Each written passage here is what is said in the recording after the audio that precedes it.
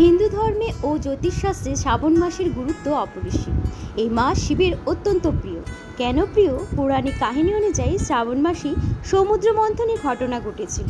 সমুদ্র উচ্ছিত হলাহল বীজ থেকে গোটা ধরিত্রীকে রক্ষা করার জন্য স্বয়ং মহাদেব নিজ কণ্ঠে ধারণ করেছিলেন এই বিষ। এই বিষের প্রভাবে মহাদেবের কণ্ঠ নীল হয়ে যায়। এই কারণে মহাদেবের অপর নাম নীলকণ্ঠ। বিষের তীব্রতা হ্রাস করার জন্য স্বর্গের দেবতারা শিবের মাথায় গঙ্গা জল ঢালতে থাকেন। সেই কারণেই শ্রাবণ মাসে শিবের মাথায় গঙ্গা জল প্রদান করা হয়, আর তাতেই আদিদেবের আশীর্বাদ প্রাপ্ত হন ভক্তরা। আরেকটি কাহিনী উল্লেখিত আছে, সতীর দেহত্যাগের পর দেবী পার্বতী রূপে ফের একবার জন্ম নেন। শিবকে আবার স্বামী রূপে পাওয়ার জন্য কঠোর তপস্যা করতে থাকেন।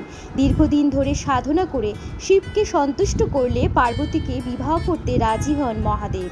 আর সেই শুভ মুহূর্ত ঘটে এই শ্রাবণ মাসে।